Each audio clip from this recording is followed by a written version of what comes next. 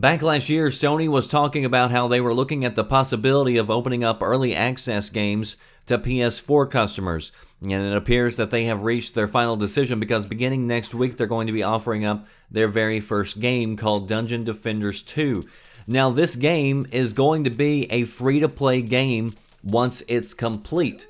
So once the development is done, once it hits, the digital store, it's going to be a free-to-download game. But if you want to play it on early access for the PS4, then you're going to have to pay up.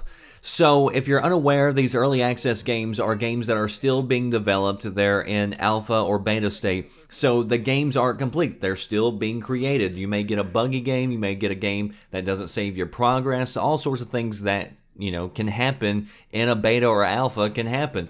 But you are paying to get access to them early. This, of course, helps out you if you're just dying to play a game that you saw.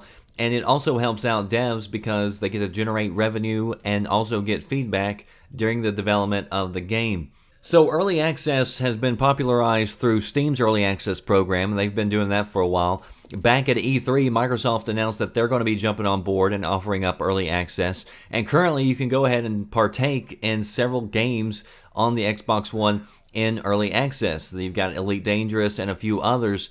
Now, I've done videos in the past where I've kind of warned people about the dangers of programs like this. There's always a danger anytime seemingly lately, anytime you even buy a full game, there's a danger that it may not even work. Look at Batman on the PC. And I've been burnt a couple of times with early access myself on PC. Sometimes you get games that never seem to make it out of the beta stage, and devs end up just taking the money and running. Sometimes the games just never live up to the standard or what you would expect for a full release game, but that's just the gamble that you're taking.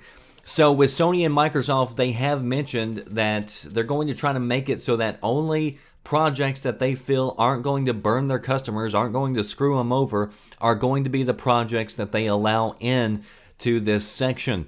So not everything is going to be open up, and Steam seems to be a lot more open with content that may not ever make it out of beta than Sony and Microsoft are doing. But only one company out of the three is offering an extra safety net. So on the Xbox One, Microsoft has a regulation that if you want to put an early access game on their system, you have to give the people an early access look at it. So you have to put on a trial or a demo. And so if you, for instance, go and try to play Elite Dangerous right now, you can get, I believe, an hour of playtime with the game before deciding if you want to actually put down money on it.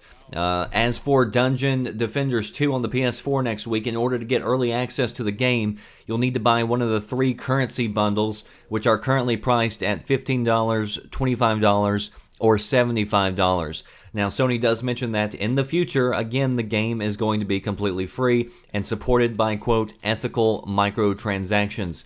So if you want to read more about it, links down in the description box. Let me know if you're interested in early access games, and would you ever pay to access a game that's going to be free once it's actually finished. I'll see you next time. Thanks for watching. Are you listening? Damn.